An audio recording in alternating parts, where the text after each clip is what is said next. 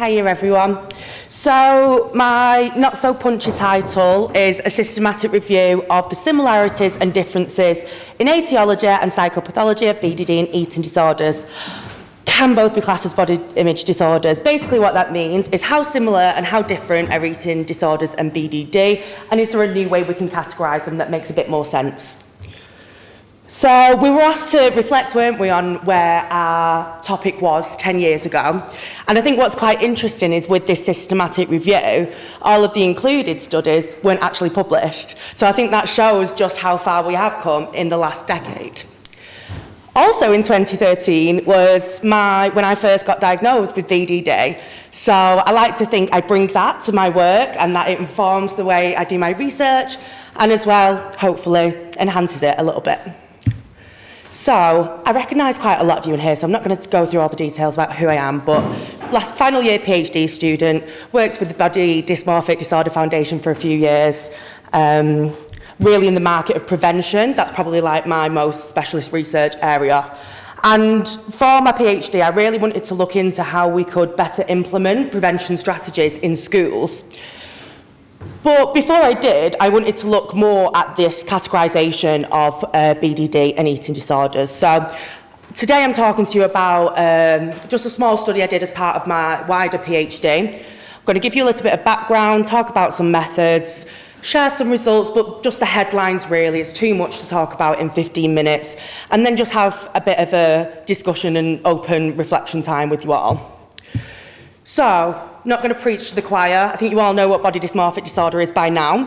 For those of you who aren't aware of eating disorders, they are a mental health condition where you use the control of food to cope with feelings and situations.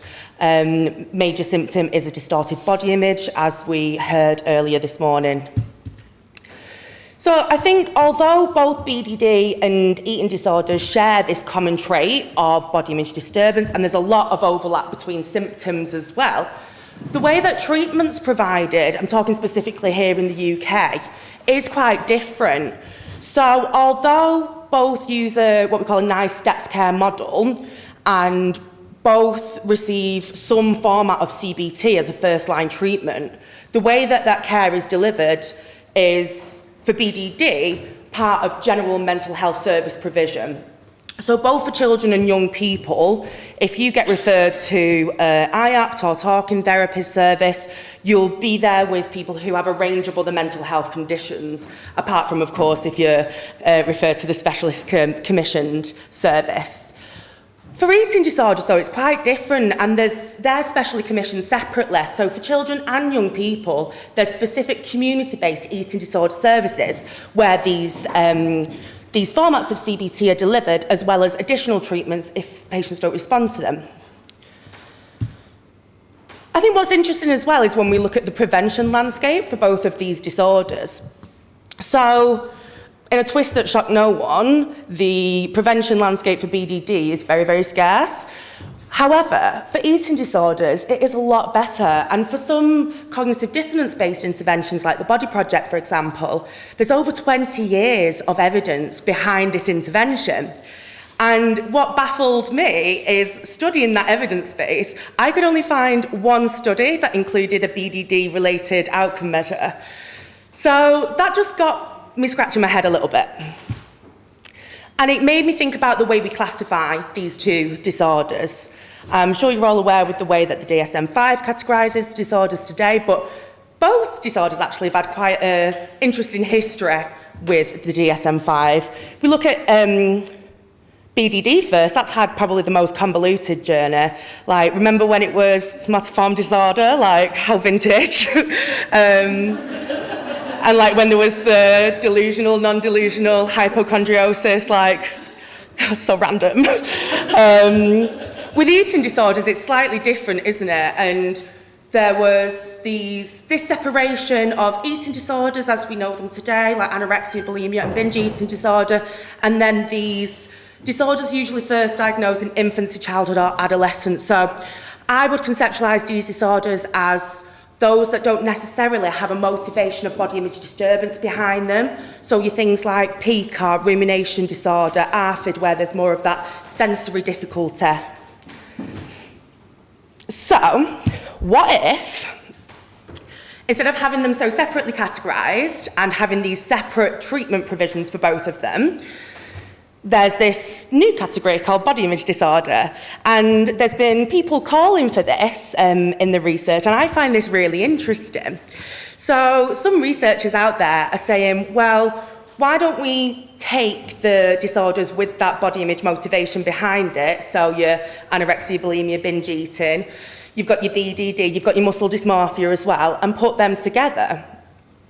Philippou and colleagues say that maybe could lead to an emphasis on the importance of concurrent psychological support and therapy while undergoing physical health restoration for people with eating disorders. So yeah, interesting. To summarise then, it's widely accepted that body dissatisfaction and body image disturbance are a critical component of both BDD and eating disorders. But despite this commonality and the use of CBT to overcome it, they're categorised completely differently. And so we've seen that these experts have been responding to emerging issues and have started to advocate for this reclassification of anorexia, bulimia, BDD and muscle dysmorphia. I call this quite radical. I think it's quite radical. But I guess, why do I think this matters? Well, we know that accessing treatment is difficult both for people with BDD and eating disorders. With BDD not having that level of specialised commissioning, prevention is key, in my opinion, right? But we know that the prevention landscape is pretty dire. So I'm wondering, is there any scope for integrating the prevention of BDD into the learnings we have around the prevention of eating disorders and body dissatisfaction? And, you know, if anyone is into policy here in the UK, 5-6 years ago now, there was a green paper that proposed delivering these types of eating disorder prevention groups in schools. So I'm thinking, well, if there's going to be momentum behind that, shall we sort of put the spotlight on BDD at the same time? And, you know, we keep talking today about how there is minimal research on BDD compared to other conditions, and we do need to play catch-up in a way. So is there any learning, are there any similar frameworks or models of treatment and prevention that we could sort of borrow from the eating disorders field? So that's what led me to do this systematic review, where I wanted to look at studies which compared the two samples, people with eating disorders and people with BDD. Now, I won't go through the methodology because it is just quite boring.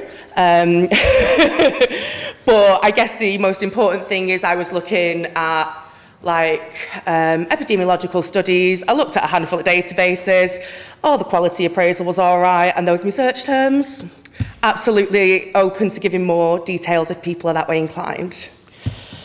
So, in terms of the studies that I got 13, which isn't like amazing, it's not super poor, it's somewhere in the middle.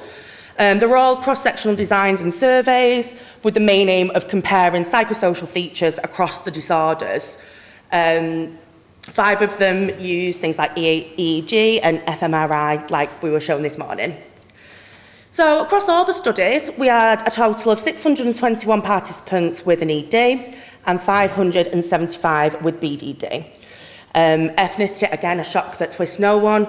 The 3 studies that did report ethnicity, the majority were white, and the gender majority were female as well. So the measures that were most commonly used across these studies were looking at delusionality, body image disturbance, eating pathology, anxiety, depression, executive functioning, perfectionism, and obsessive-compulsive pathology. So, I'm going to whiz through the findings, like I said, just the headlines, and then we'll get into the discussion part. So when looking at delusionality, this, funnily enough, was the most commonly collected outcome measure. And even though both samples had higher delusionality than healthy controls, the BDD sample had markedly higher delusionality. In terms of body, quite a similar story, both had higher body image disturbance on a number of different measures than healthy controls.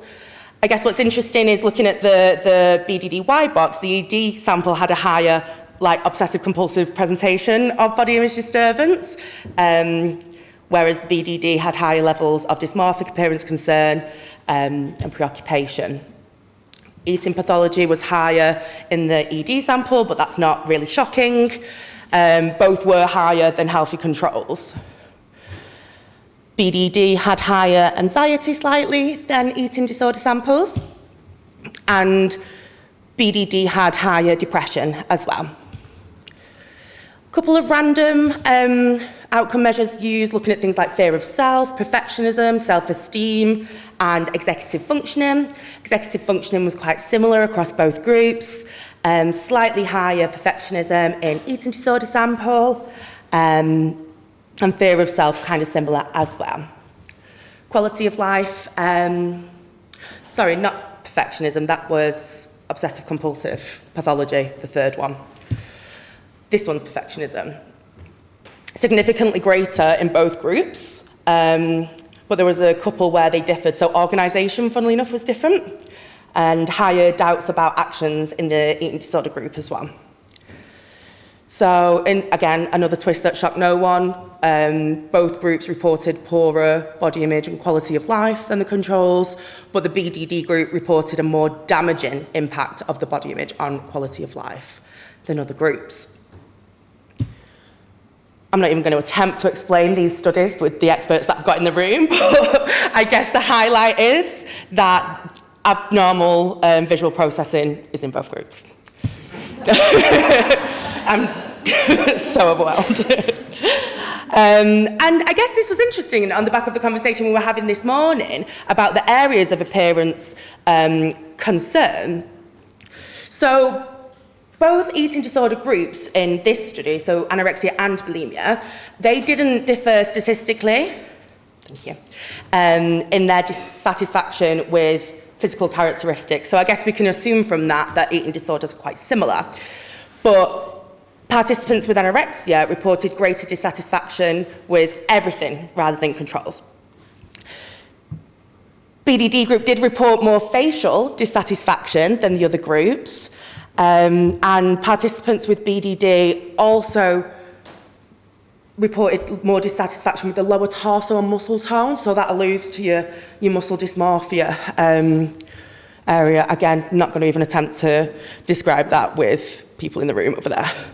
So, I guess, what does this all mean? What can we extrapolate from these different studies that have happened? Can we have any sort of conclusive statements from them?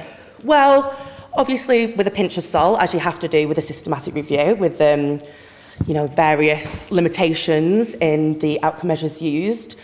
I think maybe what we could say is both disorders have elevated levels of delusionality, of body image disturbance, anxiety and depression, fear of self, perfectionism, and poorer executive function and quality of life compared to healthy controls. So that's how this group differs from people without BDD and eating disorders.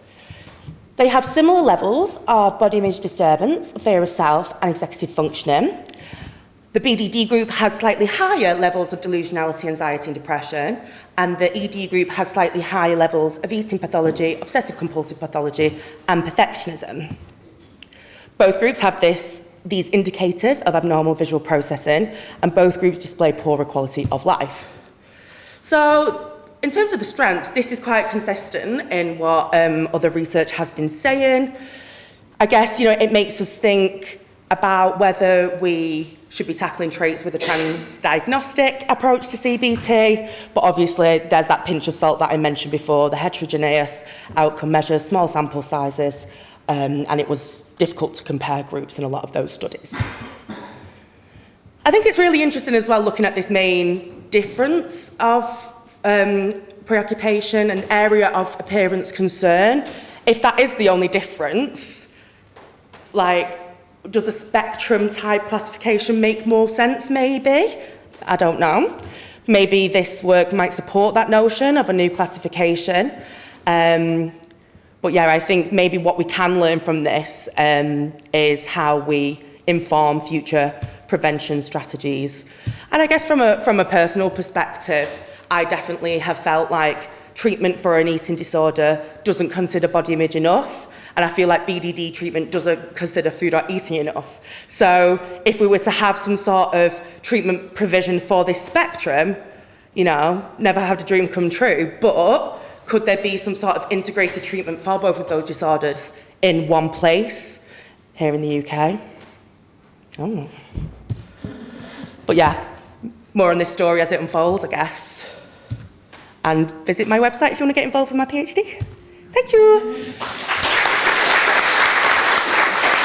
Questions?